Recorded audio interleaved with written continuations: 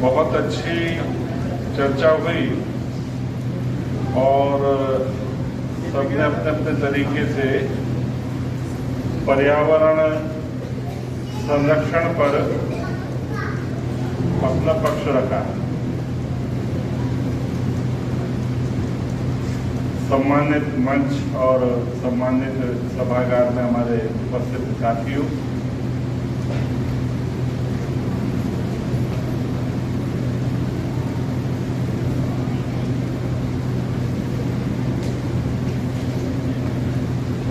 इधर आ जाओ, मेरी वाली सीट पे बैठो।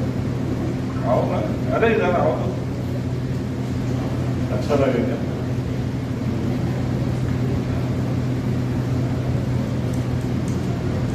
देखिए, कोई भी कार्यक्रम हो तो उस विषय पर जो वक्ता आते हैं काफी तैयारी करके आते हैं और कोशिश करते हैं कि आपके बीच में वो बेहतर से बेहतर रखें।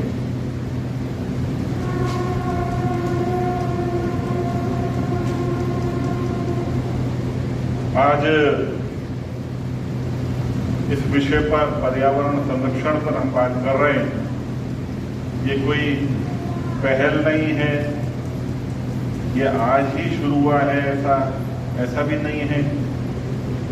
मेरे से पहले प्रीतम जी ने बताया प्रकृति पूजा के संदर्भ में हम जो प्राकृतिक चीजें हैं उनको संरक्षित करने के लिए वैदिक परंपरा, जो वैदिक व्यवस्था है, तब से ही उस काम में लगे हुए। पीपल के पेड़ की पूजा करते हैं ना, बरगद भी पूजते हैं। पीपल और बरगद को ही क्यों पूजते हैं? क्योंकि ये ही पेड़ ऐसे हैं जो दिन में भी और रात में भी ऑक्सीजन देते हैं, ठीक है ना। और वामपंथी इन पेड़ों पर भूत होते हैं ऐसा दुष्प्रचार करते हैं ताकि हम उसका तिरस्कार करें। क्यों? क्योंकि एक बहुत बड़ा वर्ग ऐसा है, अभी मैंने इसे बात कही कि वामपंथी इसका विरोध करते हैं, ऑक्सीजन देते हैं, ठीक है ना। और वामपंथी इन पेड़ों पर भूत होते हैं ऐसा दुष्प्रचार करते हैं ताकि हम उसका तिरस्कार करें। क्यों? क्योंकि एक बहुत बड़ा वर्ग ऐसा है, अभी मैंने इसे बात कही कि वामपंथी इसका विरोध करते हैं। मैं आपको घटना बताता हूं, 2010 की घटना है। कम्युनिस्ट पार्टियां उस वक्त में यूपीए के साथ में सरकार बनाई हुई, तो हमारी जितनी भी लुटियां, जो उनमें जो कोठियां हैं उनमें पीपल के कुछ पेड़ लगे हुए और ज्यादातर में पीपल के पेड़ हैं। तो उन लोगों ने ये कहना शुरू कर दिया कि पीपल के पेड़ों को काटा जाए, इन पर भूत रहते हैं। तो ये हंसने की बात नहीं है, ये षड्यंत्र है, इसको समझने की बात है। और वो अपना काम कर रहे हैं, हम अपना काम कर रहे हैं। बातें करेंगे 4 लाइनें में। चूंकि मैं प्रशिक्षण प्रभारी भारतीय जनता पार्टी में लगभग 7 वर्ष रहा, तो 7 वर्ष मैंने हजारों छात्रों को जो है प्रशिक्षण अपने संरक्षण में देने का प्रयास किया। हर एक प्रशिक्षण वर्ग में हम एक गीत सभी जो कार्यकर्ता बंधु हैं उनको गाते थे उनके साथ। वो गीत था, नदियां न पिए कभी अपना जल। नदी जो है वो कभी अपना जल नहीं पीती। वृक्ष न खाए कभी अपना फल, वृक्ष अपना फल कभी नहीं खाते। ये दोनों देते हैं। तो नदियां न पिए कभी अपना जल, वृक्ष न खाए कभी अपना फल, अपने तन को, मन को, धन को, देश को दे दे दान रे, वो सच्चा इंसान। एक ऐसे भाव के साथ में देश, समाज, संस्कृति और प्रकृति को हम समर्पित हों, इस भाव के साथ में हमें अपना जीवन जीना चाहिए।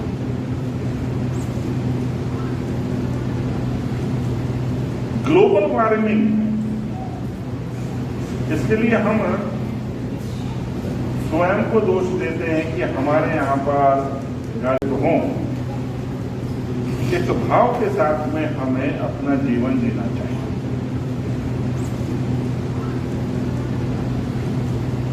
ग्लोबल वार्मिंग, इसके लिए हम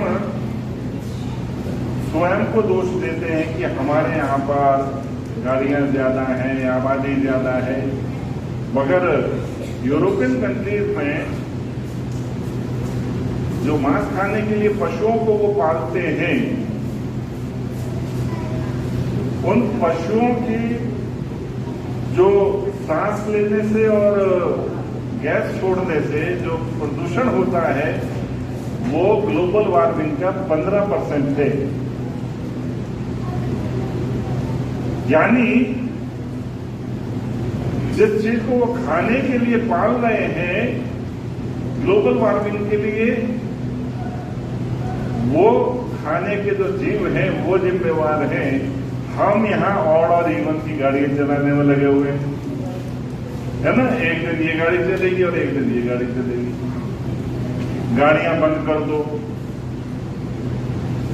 गाड़ियां प्रदूषण पैदा करती हैं। देखिए ये प्रकृति है, हमने प्रकृति के साथ कोई छेड़छाड़ नहीं की।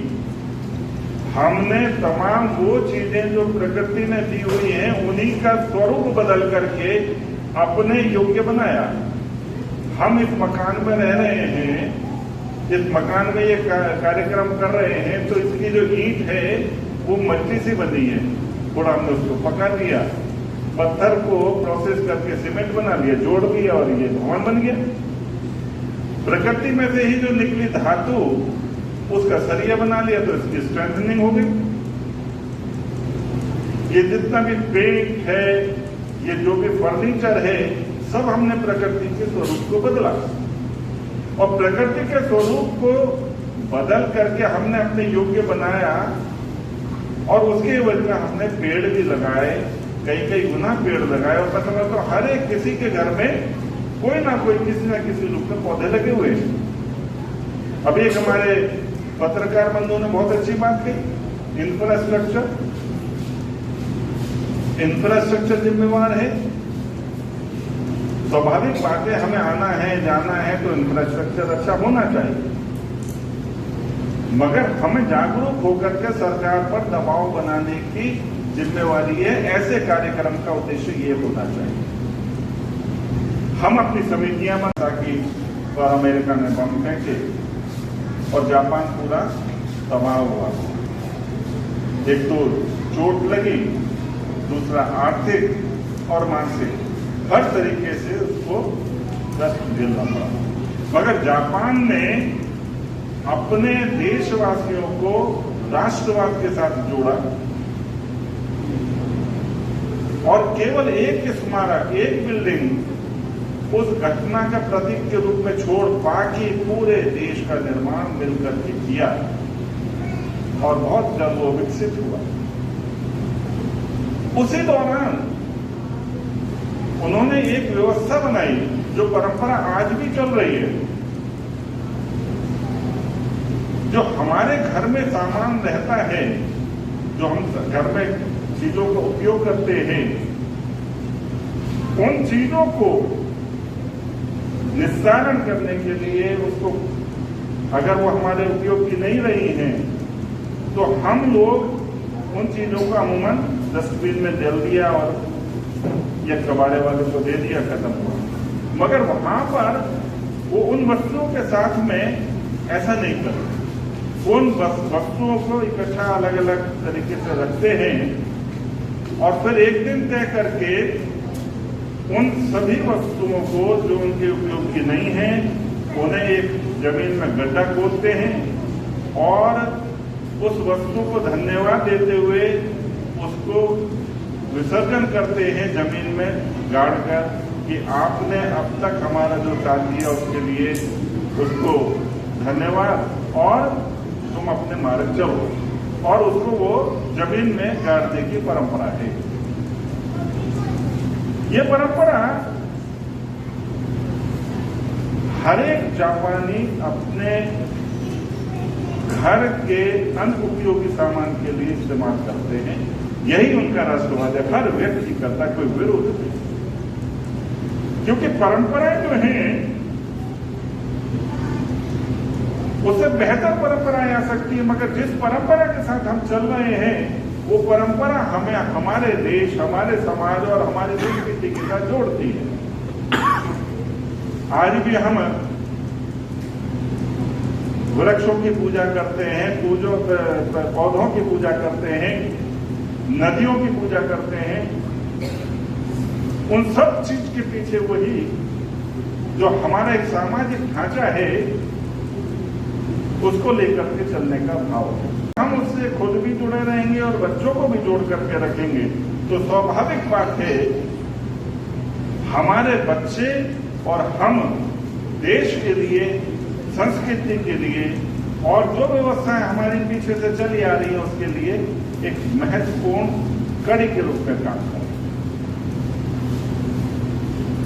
अभी चर्चा चल रही थी कि एयर कंडीशन इन्होंने, ठीक बात है, आज से 30 साल पहले, 40 साल पहले मुझे मालूम है कि जिन कॉलोनियों में हम रहते थे वहाँ पंखे चलते थे, कूलर चलते थे, तो घर के अंदर कम और घर के बाहर जो है तो बड़ा आनंद आता था शाम के टाइम में, छत पर पानी डाल करके और प्राकृतिक, आज की डेट में आप डाल करके देखो ना, मच्छर उड़ा करके ले जाने की तैयारी में बिल्कुल फिराक में बैठा हुआ।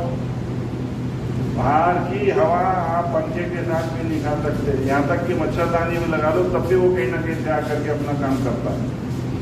ये हमने कहीं ना कहीं लापरवाही की और उसका खामियाजा हम भुगत रहे हैं। सरकारें अपना काम करती हैं, उसके आपने अभी उदाहरण देखे। 2014 से पहले रेलवे की बात कर रहे हैं आप, रेलवे तो कवर करते हैं ना, आजकल आती है वो वाली सुगंध जो पहले आती थी जब हम ट्रेन में बैठते थे तो इतनी तीखी दुर्गंध आया करती थी कि कैसे होगा सही। रेलगाड़ी की जो, रेलवे की जो पटरियां हैं उस पर जो आलम हुआ करते थे गंदगी के, वो देखे, मतलब खाना नहीं खा सकते फिर भी वही पूरी और सोचते हैं आलू की सब्जी खा रहे होते थे। नहीं तो तमाम देहातों में, खेतों में, आसपास कॉलोनियों में इतना बदबूदार माहौल रहा करता था कि हम कहीं ना कहीं ये सोचते थे कि ये कैसे सुधरेगा, मगर एक व्यक्ति ने आकर के सुधारा कि नहीं सुधारा? सुधारा या नहीं सुधारा? सुधारा ना। आज मुझे नहीं लगता कि वो गंदगी जो है वो हम लोगों को कहीं परेशान कर रही है। सरकार और एक अच्छी नियत, दूरदर्शिता सब चीज ठीक करती है। आज हम जिस तरीके से जो पेट्रोल है इसमें दूसरे एथनॉल, इसकी ब्लेंडिंग करके जिस तरीके से इस्तेमाल कर रहे हैं, वर्तमान सरकार इस्तेमाल कर रही है, उससे प्रदूषण, दूरदर्शिता सब चीज ठीक करती है। आज हम जिस तरीके से जो पेट्रोल है इसमें दूसरे एथनॉल, इसकी ब्लेंडिंग करके जिस तरीके से इस्तेमाल कर रहे हैं, वर्तमान सरकार इस्तेमाल कर रही है, उससे प्रदूषण जो गाड़ियों के द्वारा होता है वो कम हो रहा है। इसके अलावा इलेक्ट्रिक व्हीकल्स आने शुरू हो गए, तमाम बैटरी की जो है ना आप देख रहे हैं। मुझे याद है हम 81-82 में हम 10वीं 11वीं में थे, बस से जाया करते थे तो डीटीसी की बस जब कहीं खड़ी हो जाती थी तो ऐसा दम घुटता था कि हम गैस चैम्बर में बैठे हुए, खेला हमने दुनिया में। आज आप कहीं भी निकल जाओ तो व्यवस्थाएं तो ठीक है, बढ़ रही हैं, जनसंख्या भी बढ़ गई और धीरे धीरे व्यवस्थाएं भी ठीक हो रही हैं। वर्तमान सरकार जिस तरीके से पावर जो मैन्युफैक्चरिंग है या जनरेशन है उसके लिए उन्होंने सोलर एनर्जी के ऊपर काफी बड़ा एक डिवोशन किया है और उसका परिणाम है कि घर घर पर और फैक्ट्रियों में, खेत खलिहानों में हम जो है वो सोलर प्लांट देख रहे हैं, जिसके कारण से मैं समझता हूँ कि जो प्रदूषण होता था उस पर बहुत बड़ा अंकुश लगने वाला है, लग भी रहा है। विदेशी ताकतों ने भारत के जो उस वक्त में जो कृषि जो व्यवस्था थी, उन्होंने यहाँ के जो सिस्टम को बहुत परेशान करने का या खराब करने का, क्योंकि उनको भारत से या अपनी कॉलोनी के साथ में कोई मोहब्बत नहीं, उनको तो यहाँ पर काम करना। तो एक नील की खेती, आपने सुना होगा कि ब्रिटिशर्स ने नील की खेती जो है वो भारत में करना शुरू किया और जहां पर नील की खेती होती है वहां पर वो जमीन जो है वो जो जमीन से जुड़े हुए लोग हैं, तकरीबन सभी जुड़े हुए, सब समझते होंगे, तो जहां नील की खेती हो जाए वो जगह जो है वो बंजर हो जाती है। उन्होंने भारत को चुना और वो नील क्रांति, और अगर हिस्ट्री के स्टूडेंट को ध्यान में हो तो वो सब चीजें हुई। तो उस वक्त भी आंदोलन हुए, लोगों ने उस वक्त भी विरोध किया और आज विरोध की आवश्यकता नहीं है, आज हमें आवश्यकता है जागरूक होने की, अपनी जिम्मेवारी। नील की खेती, आपने सुना होगा कि ब्रिटिशर्स ने नील की खेती जो है वो भारत में करना शुरू किया और जहां पर नील की खेती होती है वहां पर वो जमीन जो है वो जो जमीन से जुड़े हुए लोग हैं, तकरीबन सभी जुड़े हुए, सब समझते होंगे, तो जहां नील की खेती हो जाए वो जगह जो है वो बंजर हो जाती है। उन्होंने भारत को चुना और वो नील क्रांति, और अगर हिस्ट्री के स्टूडेंट को ध्यान में हो तो वो सब चीजें हुई। तो उस वक्त भी आंदोलन हुए, लोगों ने उस वक्त भी विरोध किया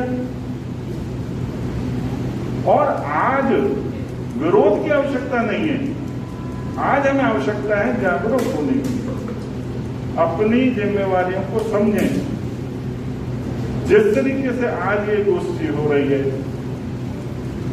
इस गोष्ठी से हम कुछ चीजों को निकाल करके अच्छे लेख लिखें, लोगों को जागरूक करें, कुछ ग्रुप बना करके, जैसे कुछ एनजीओ हैं या कोई सोशल ग्रुप बना करके सरकार के ऊपर दबाव डालें कि हमारे, देखिए पेड़ लगाना बहुत आसान है मगर उसको पुश करना वो हर एक के बस की बात नहीं है। ये सारे काम जो हैं वो सरकार को करने पड़ेंगे, क्योंकि सरकार ने हमारी सड़कों, हमारी जगह पर सड़कें बनाई है, हमारे खेत खलिहान उजाड़ करके वहां पर बिल्डिंगें बनाई हैं, तो जाहिर सी बात है कि वो पेड़ पौधे लगाने की भी जिम्मेवारी उनकी है। हम एक एक दो पेड़ तो लगाने का क्रम बनाए रखेंगे, मगर सरकार से पेड़ लगवाना और सरकार को जो उन्होंने कमिटमेंट किया वो पूरा करवाना, उसकी जिम्मेवारी हमारी है। मात्र हमारे पेड़ लगाने से नहीं, जिसने हमारे क्षेत्र में डेवलपमेंट किया है, डेवलपमेंट के नाम पर वहाँ की जो कृषि भूमि है, खेती है, वहाँ के पेड़ पौधे हैं वो खत्म किए हैं, तो वो भैया हमारे यहाँ पर पेड़ भी लगाओ। अब हमारा अगला अभियान ये होना चाहिए, लड़ना नहीं है, अड़ना जरूर। इन्हीं शब्दों के साथ में मैं अपनी बात को यहीं विराम देता हूँ।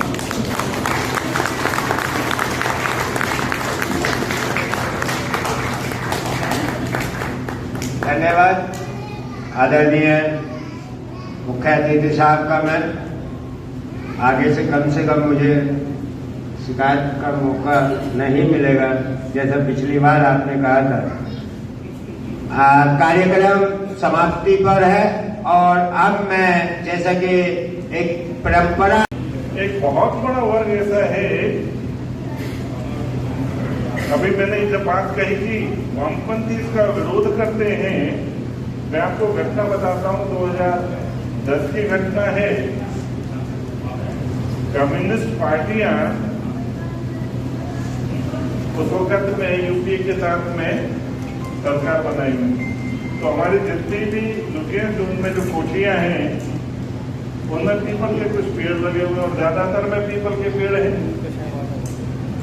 तो उन लोगों ने ये कहना शुरू कर दिया कि इन पीपल के पेड़ों को काटा जाए, इन पर भूत रहते हैं। तो ये हंसने की बात नहीं है, ये षड्यंत्र है, इसको समझने की बात है।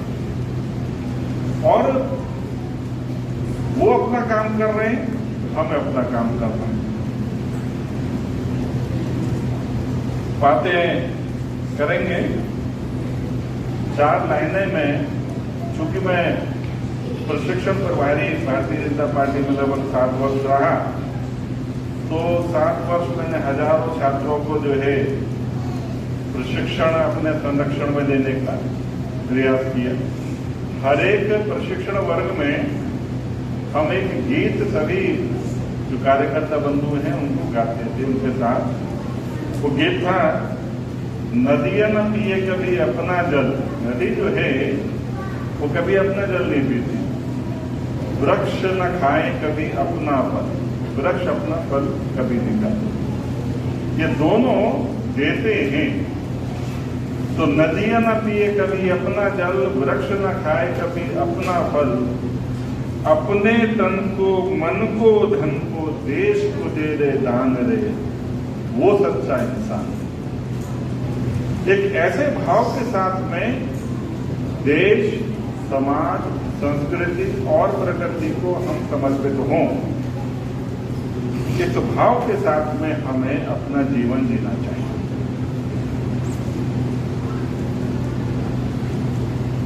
ग्लोबल वार्मिंग, इसके लिए हम स्वयं को दोष देते हैं कि हमारे यहाँ पर गाड़ियां ज्यादा हैं, आबादी ज्यादा है। मगर यूरोपियन कंट्रीज में जो मांस खाने के लिए पशुओं को वो पालते हैं,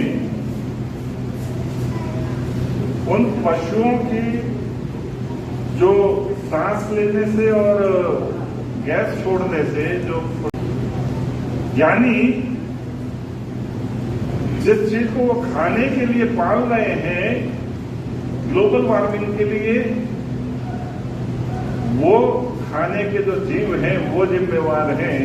हम यहाँ और इवन की गाड़ियां चलाने में लगे हुए हैं, है ना। एक दिन ये गाड़ी चलेगी और एक दिन ये गाड़ी चलेगी। गाड़ियां बंद कर दो।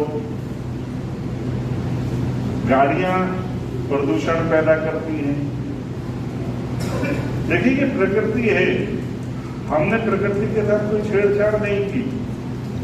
हमने तमाम वो चीजें जो प्रकृति ने दी हुई हैं उन्हीं का स्वरूप बदल करके अपने योग्य बनाया।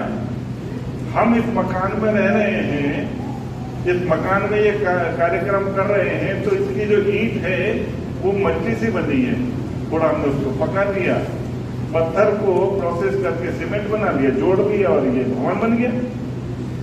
प्रकृति में से ही जो निकली धातु उसका सरिया बना लिया, तो इसकी स्ट्रेंथनिंग हो गई। ये जितना भी पेंट है, ये जो भी फर्नीचर है, सब हमने प्रकृति के स्वरूप को बदला। और प्रकृति के स्वरूप को बदल करके हमने अपने योग्य बनाया। और उसके वजह हमने पेड़ भी लगाए, कई गुना पेड़ लगाए। और मैं समझता हूं हर एक किसी के घर में कोई ना कोई किसी न किसी रूप में पौधे लगे हुए हैं। अभी एक हमारे पत्रकार बंधुओं ने बहुत अच्छी बात कही, इंफ्रास्ट्रक्चर जिम्मेवार है। स्वाभाविक बात है, हमें आना है जाना है तो इंफ्रास्ट्रक्चर अच्छा होना चाहिए। मगर हमें जागरूक होकर के सरकार पर दबाव बनाने की जिम्मेवारी है। ऐसे कार्यक्रम का उद्देश्य ये होना चाहिए। हम अपनी समितियां बनाएं और जिन्होंने हमारे इलाके में सड़कें बनाई हैं, जिन्होंने हमारे इलाके में बहुमंजिला मकान बनाए हैं, वहां पर हम अपनी जिम्मेवारी को समझते हुए पेड़ लगवाएं और जो भी व्यवस्था अच्छी से अच्छी हो सकती है उसको करें। एक तरफा मार्ग बनवाएं ताकि ट्रैफिक जाम ना हो। इस चीज के लिए हमें जागरूक होना होगा। जब हम राष्ट्र के लिए राष्ट्रवादी विचारधारा के साथ में चलते हैं तो उसके लिए हमें एक उदाहरण अपने साथ में लेकर के चलना चाहिए। सेकेंड वर्ल्ड वॉर, उसमें जापान, हिरोशिमा और नागासाकी, मुझे नहीं लगता कि वो गंदगी जो है वो हम लोगों को कहीं परेशान कर रही है। सरकार और एक अच्छी नियत, दूरदर्शिता सबसे ठीक करती है। आज हम जिस तरीके से जो पेट्रोल है इसमें दूसरे एथनॉल इसकी ब्लेंडिंग करके जिस तरीके से इस्तेमाल कर रहे हैं, वर्तमान सरकार इस्तेमाल कर रही है, उससे प्रदूषण जो गाड़ियों के द्वारा होता है वो कम हो रहा है। इसके अलावा इलेक्ट्रिक व्हीकल्स आने शुरू हो गए, तमाम बैटरी की जो है ना आप देख रहे हैं। मुझे याद है हम सन 81-82 में हम 10वीं 11वीं में थे, बस से जाया करते थे तो बीटीसी की बस जब कहीं खड़ी हो जाती थी तो ऐसा दम घुटता था कि हम गैस चैम्बर में बैठे हुए। खेला हमने दिल्ली में। आज आप कहीं भी निकल जाओ तो व्यवस्था तो ठीक है, बढ़ रही है, जनसंख्या भी बढ़ गई और धीरे धीरे व्यवस्थाएं भी ठीक हो रही हैं। वर्तमान सरकार जिस तरीके से पावर जो मैन्युफैक्चरिंग है या जनरेशन है उसके लिए उन्होंने सोलर एनर्जी के ऊपर काफी बड़ा एक डिवोशन किया है और उसका परिणाम है कि घर घर पर और फैक्ट्रियों में, खेत खलिहानों में हम जो है वो सोलर प्लांट देख रहे हैं, जिसके कारण से मैं समझता हूँ कि जो प्रदूषण होता था उस पर बहुत बड़ा अंकुश लगने वाला है, लग भी रहा है। विदेशी ताकतों ने भारत के जो उस वक्त में जो कृषि जो व्यवस्था थी, उन्होंने यहाँ के जो सिस्टम को बहुत परेशान करने का या खराब करने का, क्योंकि उनको भारत से या अपनी कॉलोनी के साथ में कोई मोहब्बत नहीं, उनको तो यहाँ पर काम करना। तो एक नील की खेती, आपने सुना होगा कि ब्रिटिशर्स ने नील की खेती जो है वो भारत में करना शुरू किया और जहां पर नील की खेती होती है वहां पर वो जमीन जो है वो जो जमीन से जुड़े हुए लोग हैं, तकरीबन सभी जुड़े हुए, सब समझते होंगे, तो जहां नील की खेती हो जाए वो जगह जो है वो बंजर हो जाती है। उन्होंने भारत को चुना और वो नील क्रांति, और अगर हिस्ट्री के स्टूडेंट को ध्यान में हो तो वो सब चीजें हुई। तो उस वक्त भी आंदोलन हुए, लोगों ने उस वक्त भी विरोध किया और आज जो जनरेशन है उसके लिए उन्होंने सोलर एनर्जी के ऊपर काफी बड़ा एक डिवोशन किया है और उसका परिणाम है कि घर घर पर और फैक्ट्रियों में, खेत खलिहानों में हम जो है वो सोलर प्लांट देख रहे हैं, जिसके कारण से मैं समझता हूँ कि जो प्रदूषण होता था उस पर बहुत बड़ा अंकुश लगने वाला है, लग भी रहा है। विदेशी ताकतों ने भारत के जो उस वक्त में जो कृषि जो व्यवस्था थी, उन्होंने यहाँ के जो सिस्टम को बहुत परेशान करने का या खराब करने का, क्योंकि उनको भारत से या अपनी कॉलोनी के साथ में कोई मोहब्बत नहीं, उनको तो यहाँ पर काम करना। तो एक नील की खेती, आपने सुना होगा कि ब्रिटिशर्स ने नील की खेती जो है वो भारत में करना शुरू किया और जहां पर नील की खेती होती है वहां पर वो जमीन जो है वो जो जमीन से जुड़े हुए लोग हैं, तकरीबन सभी जुड़े हुए, सब समझते होंगे, तो जहां नील की खेती हो जाए वो जगह जो है वो बंजर हो जाती है। उन्होंने भारत को चुना और वो नील क्रांति, और अगर हिस्ट्री के स्टूडेंट को ध्यान में हो तो वो सब चीजें हुई। तो उस वक्त भी आंदोलन हुए, लोगों ने उस वक्त भी विरोध किया और आज विरोध की आवश्यकता नहीं है, आज हमें आवश्यकता है जागरूक होने की, अपनी जिम्मेवारियों को समझें। जिस तरीके से आज ये गोष्ठी हो रही है, इस गोष्ठी से हम कुछ चीजों को निकाल करके अच्छे लेख लिखें, लोगों को जागरूक करें, कुछ ग्रुप बना करके, जैसे कुछ एनजीओ हैं या कोई सोशल ग्रुप बना करके सरकार के ऊपर दबाव डालें कि हमारे, देखिए पेड़ लगाना बहुत आसान है, मगर उसको पुश करना वो हर एक के बस की बात नहीं है। ये सारे काम जो हैं वो सरकार को करने पड़ेंगे, क्योंकि सरकार ने हमारी सड़कों, हमारी जगह पर सड़कें बनाई है, हमारे खेत खलिहान उजाड़ करके वहां पर बिल्डिंगें बनाई हैं, तो जाहिर सी बात है कि वो पेड़ पौधे लगाने की भी जिम्मेवारी उनकी है। हम एक एक दो पेड़ तो लगाने का क्रम बनाए रखेंगे, मगर सरकार से पेड़ लगवाना और सरकार को जो उन्होंने कमिटमेंट किया वो पूरा करवाना, उसकी जिम्मेवारी हमारी है। मात्र हमारे पेड़ लगाने से नहीं, जिसने हमारे क्षेत्र में उस वक्त भी आंदोलन हुए, लोगों ने उस वक्त भी विरोध किया, और आज विरोध की आवश्यकता नहीं है, आज हमें आवश्यकता है जागरूक होने की, अपनी जिम्मेवारियों को समझें।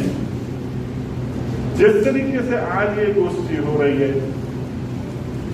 इस गोष्ठी से हम कुछ चीजों को निकाल करके अच्छे लेख लिखें, लोगों को जागरूक करें, कुछ ग्रुप बना करके, जैसे कुछ एनजीओ हैं या कोई सोशल ग्रुप बना करके सरकार के ऊपर दबाव डालें कि हमारे, देखिए पेड़ लगाना बहुत आसान है, मगर उसको पुश करना वो हर एक के बस की बात नहीं है।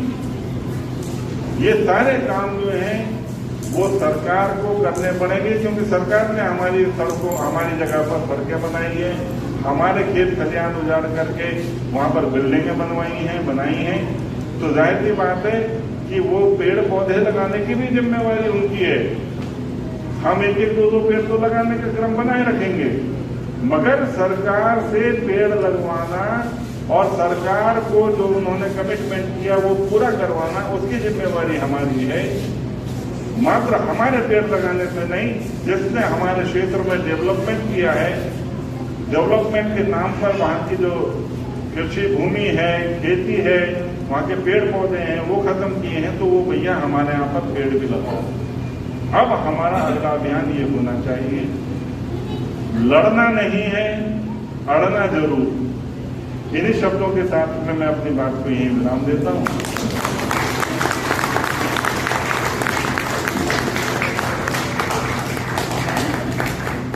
धन्यवाद आदरणीय मुख्य अतिथि साहब का। मैं आगे से कम मुझे शिकायत का मौका नहीं मिलेगा, जैसा पिछली बार आपने कहा था। कार्यक्रम समाप्ति पर है और अब मैं, जैसा कि एक परंपरा, अभी चर्चा चल रही थी कि एयर कंडीशन इन्होंने, ठीक बात है, आज से 30 साल पहले, 40 साल पहले मुझे मालूम है कि जिन कॉलोनियों में हम रहते थे वहाँ पंखे चलते थे, कूलर चलते थे, तो घर के अंदर कम और घर के बाहर जो है तो बड़ा आनंद आता था शाम के टाइम में, छत पर पानी डाल करके, और प्राकृतिक, आज की डेट में आप डाल करके देखो ना, मच्छर उड़ा करके ले जाने की तैयारी में बिल्कुल फिराक में बैठा हुआ। बाहर की हवा आप पंखे के साथ भी नहीं खा सकते, यहाँ तक कि मच्छरदानी में लगा दो तब भी वो कहीं ना कहीं से आकर के अपना काम करता है। ये हमने कहीं ना कहीं लापरवाही की और उसका खामियाजा हम भुगत रहे हैं। सरकारें अपना काम करती हैं, उसके आपने अभी उदाहरण देखे। 2014 से पहले रेलवे की बात कर रहे हैं आप, रेलवे तो कवर करते हैं ना, आजकल आती है वो वाली सुगंध जो पहले आती थी, है? जब हम ट्रेन में बैठते थे तो इतनी तीखी दुर्गंध आया करती थी कि कैसे होगा सही।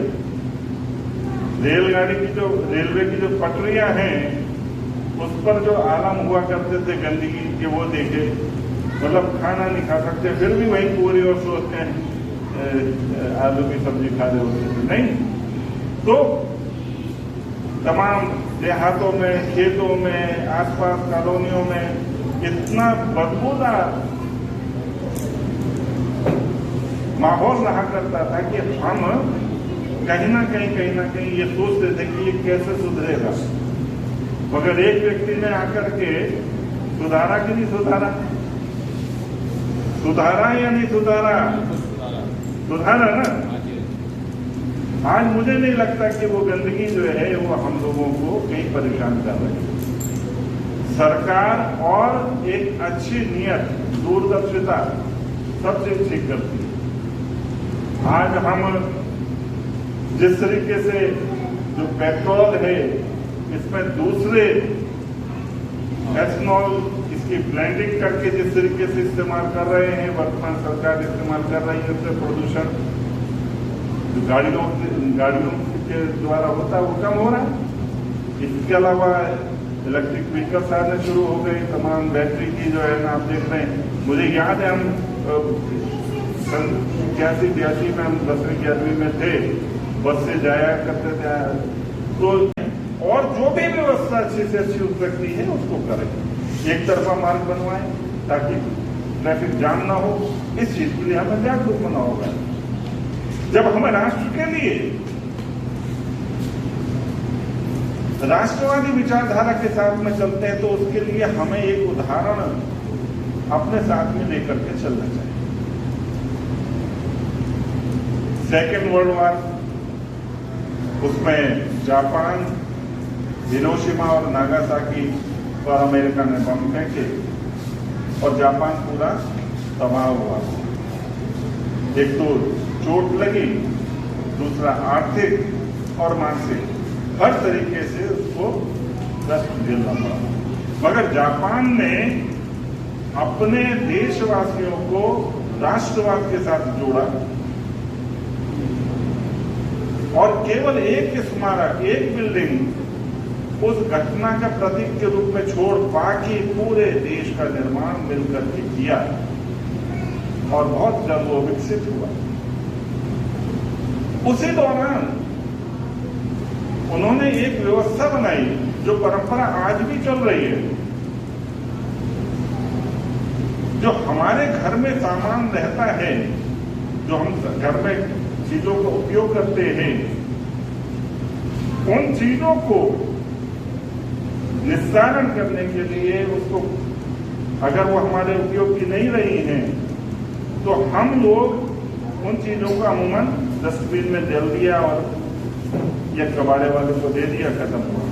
मगर वहां पर वो उन वस्तुओं के साथ में ऐसा नहीं करते। उन वस्तुओं को इकट्ठा अलग अलग तरीके से रखते हैं और फिर एक दिन तय करके उन सभी वस्तुओं को जो उनके उपयोग की नहीं है उन्हें एक जमीन में गड्ढा खोदते हैं और उस वस्तु को धन्यवाद देते हुए उसको विसर्जन करते हैं जमीन में गाड़कर कि आपने अब तक हमारा जो साथ दिया उसके लिए उसको धन्यवाद और तुम अपने मार्ग चलो, और उसको वो जमीन में गाड़ने की परंपरा है।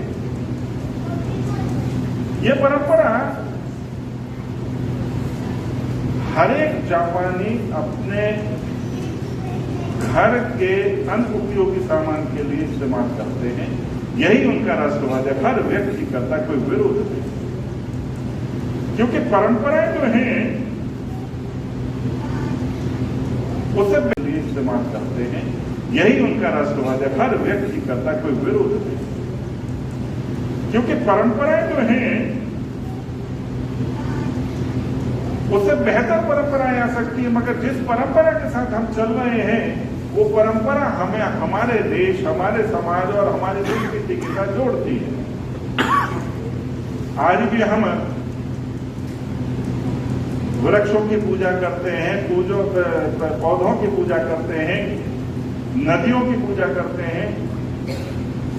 उन सब चीज के पीछे वही जो हमारा एक सामाजिक ढांचा है उसको लेकर के चलने का भाव है। और अगर हम उससे खुद भी जुड़े रहेंगे और बच्चों को भी जोड़ करके रखेंगे तो स्वाभाविक बात है हमारे बच्चे और हम देश के लिए, संस्कृति के लिए और जो व्यवस्थाएं हमारी पीछे से चली आ रही है उसके लिए एक महत्वपूर्ण कड़ी के रूप में काम करें। अभी चर्चा चल रही थी कि एयर कंडीशन इन्होंने, ठीक बात है, आज से 30 साल पहले, 40 साल पहले मुझे मालूम है कि जिन कॉलोनियों में हम रहते थे वहाँ पंखे चलते थे, कूलर चलते थे, तो घर के अंदर कम और घर के बाहर जो है तो बड़ा आनंद आता था शाम के टाइम में, छत पर पानी डाल करके और प्राकृतिक, आज की डेट में आप डाल करके देखो ना, मच्छर उड़ा करके ले जाने की तैयारी में बिल्कुल फिराक में बैठा हुआ। बाहर की हवा आप पंखे के साथ भी नहीं खा सकते, यहाँ तक कि मच्छरदानी में लगा लो तब भी वो कहीं ना कहीं से आकर के अपना काम करता है। ये हमने कहीं ना कहीं लापरवाही की और उसका खामियाजा हम भुगत रहे हैं। सरकारें अपना काम करती हैं, उसके आपने अभी उदाहरण देखिए। 2014 से पहले रेलवे की बात कर रहे हैं आप, रेलवे तो कवर करते हैं ना, आजकल आती है वो वाली सुगंध जो पहले आती थी है? जब हम ट्रेन में बैठते थे तो इतनी तीखी दुर्गंध आया करती थी कि कैसे होगा सही। रेलगाड़ी की जो, रेलवे की जो पटरियां हैं उस पर जो आलम हुआ करते थे गंदगी के, वो देखे, मतलब खाना नहीं खा सकते फिर भी वही पूरी और सोचते हैं आलू की सब्जी खा रहे होते थे। नहीं तो तमाम देहातों में, खेतों में, आसपास कॉलोनियों में हम लोग तो परंपरागत रूप से संरक्षण कर रहे हैं, क्योंकि हमारी जो वैदिक व्यवस्था है उसका प्रकृति को खोजना, रखवाली में नदियों को पहाड़ों को खोजना ये परंपरा है। तो ये आज के लिए हर एक चीज और समाज में जो है जरूरत है कि प्रकृति को और पर्यावरण को स्वच्छ बनाए रखना, संरक्षित रखना है, तो हमें अपनी प्रकृति। आरसी फाउंडेशन के जो राष्ट्रीय अध्यक्ष आदित्य जैन जी, जो कि इस प्रकार के विभिन्न प्रकार के सेमिनार समय समय पर करवाते रहते हैं, उनके इस कार्यों के लिए क्या कहना चाहेंगे?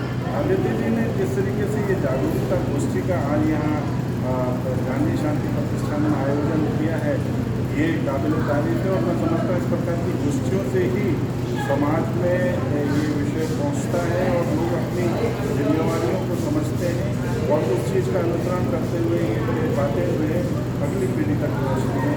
ऐसे कार्यक्रमों को आप क्या कदम उठाएं पर्यावरण संरक्षण